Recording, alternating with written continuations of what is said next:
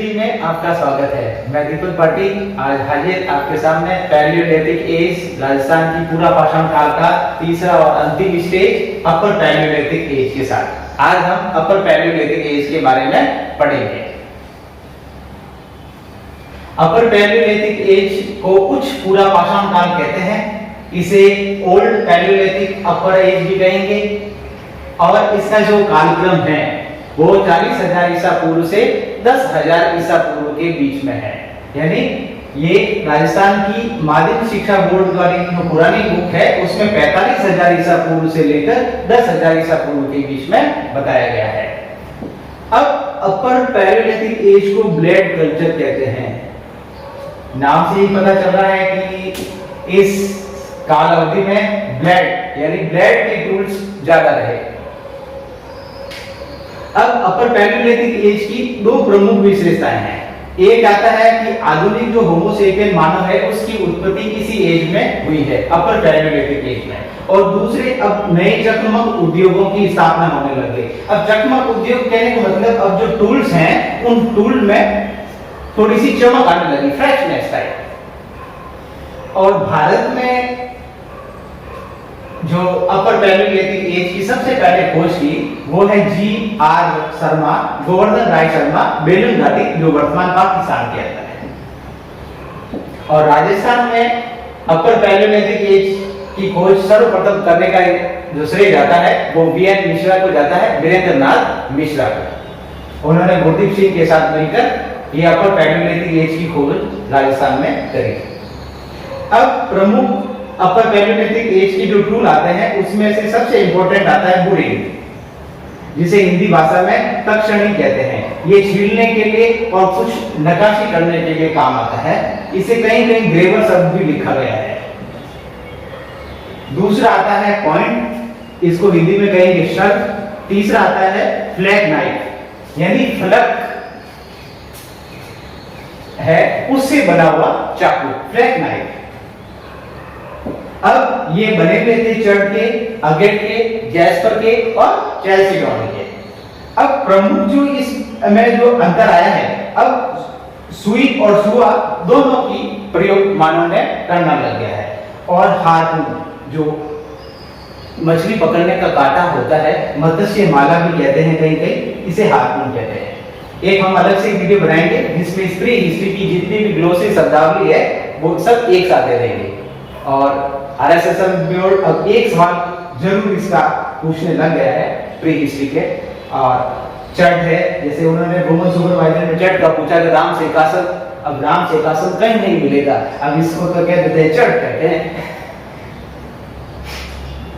अब अपर Palaeolithic as की कुछ प्रमुख अलग से विशेषता है कि अब वो है क्या है, अभी भी वो पैलियोलिथिक शैली है। यानी कि इतना कुछ हो गया, आधुनिक होमो सेपियन मानव की उत्पत्ति भी हो गई, अब कह रहे हैं कि वो नए नए टूल्स का बन रहा है, लेकिन फिर भी अभी भी वही वो असभ्य है। अब भी इसी तरह से जंगल में शिकार करना, ऐसा कुछ इंप्रूवमेंट दिखाई नहीं देता है। हाँ, कुछ इंप्रूवमेंट है कि भाई श्रम विभाजन है कि अब एक जगह स्थायी रूप से निवास करने लग गया है और सामुदायिक जीवन में तो जो लेडीज है वो घर का काम कर रही है, वो बाहर शिकार जाकर शिकार कर रहा है, संग्रह करने का काम कर रहा है।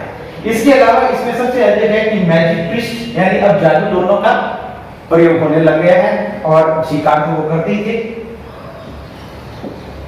अब जो अपर पैलियोलिथिक है इसमें जो टूल है उसको कई तरह के नाम दिए गए हैं। एक मैग्डालियन है, सोलुट्रियन है और ग्रेविलियन है।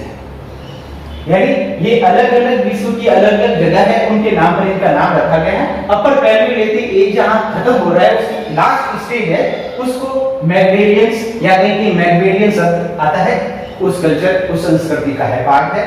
अब इसमें हड्डी और हाथी दांत के भी कुछ टूल्स बनने लगे हैं। ये मुख्य रूप से अपर पैलियोलिथिक इसकी प्रमुख विशेषताओं के बारे में बताया गया है। अब अपन राजस्थान में स्पेशल रूप से अपर पैलियोलिथिक एज के बारे में पढ़ेंगे। अपर पैलियोलिथिक एज कुछ पूरा पाषाण काल राजस्थान में स्पेशल रूप से अब अलग से पढ़ेंगे। राजस्थान में जो अपर पैलियोलिथिक कुछ पूरा पाषाण काल की खोज अभी पहले बताया था V.N. मिश्रा, वीरेंद्र नाथ मिश्रा और गुरुदीप सिंह द्वारा ऑस्ट्रेलियन नेशनल यूनिवर्सिटी कैनबरा के सहयोग से की गई। ठीक है, अब कहां की गई? बूढ़ा पुष्कर,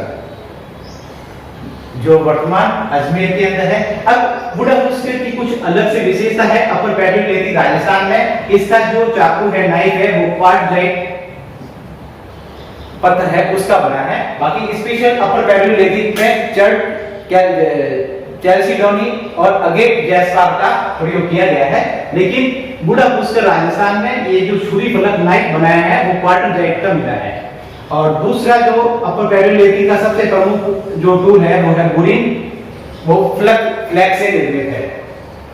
राजस्थान में ये सबसे पहला जो खोज हुआ है बूढ़ा पुष्कर में। इसके अलावा लाइमस्टोन की जो पहाड़ियां हैं सोजत के अंदर, जो वर्तमान पानी डिस्ट्रिक्ट में आता है, और लूनी नदी घाटी का हिस्सा है, वहां पर मिले हैं।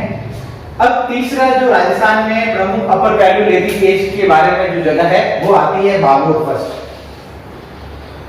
वैसे बागोर को मेसोलिथिक, माइक्रोलिथिक, मध्य पाषाण काल का सबसे प्रमुख, भारत में सबसे बड़ा माना जाता है। और राजस्थान नहीं पूरे भारत में पशुपालन और आरंभिक खेती के सबसे प्राचीन जो अवशेष है इसी बागोर से मिले हैं। बागोर के लिए हम अलग से सिविलाइजेशन के अंदर अलग से वीडियो बनाएंगे बागोर का, उस समय इसकी डिटेल पढ़ेंगे। बागोर को वीएन मिश्रा ने 2 चरणों में खोजा और अपर पैड्यूलेथिक एज के जो अवशेष है वो बागोर फर्स्ट से मिलते हैं। एक लघु आकृति के खंडित पाषाण का एक चबूतर है जिसका व्यास आया है लगभग 85 सेंटीमीटर, वो मिला है। इसके अलावा यहाँ पर चर्च का जो टूल्स है उसको निर्माण में चर्च का प्रयोग सबसे ज्यादा किया गया है। यहाँ का मानव अभी आकेटक और संग्राहक था, इसी की अवस्था में रहता है, यानी अब भी यहाँ पर भी वो शिकारी कर रहा है, इसके अलावा और कुछ नहीं है।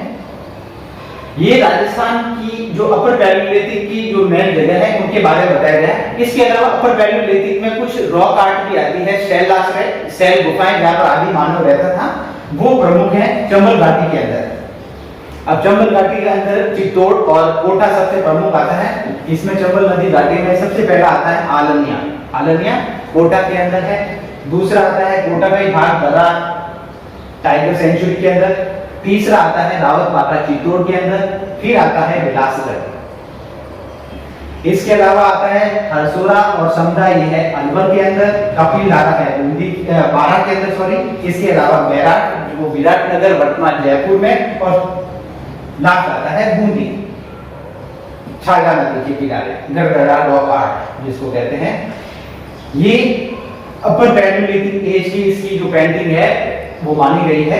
इसके अलावा एक जगह और आई है चंद्रशेखर कोटा की, यहाँ पर शुतुरमुर्ग के अंडों की छिलके मिले हैं जिस पर पेंटिंग की हुई है, और वर्तमान कोटा म्यूजियम के अंदर है। जो अपर पैड्यूलेथिक एज का मानव था उसका रहवास जल के निकट था, जहां जल की सुविधा अच्छी है उसी के किनारे किनारे रहा है, इसलिए नदी घाटियों में इसके अवशेष ज्यादा है।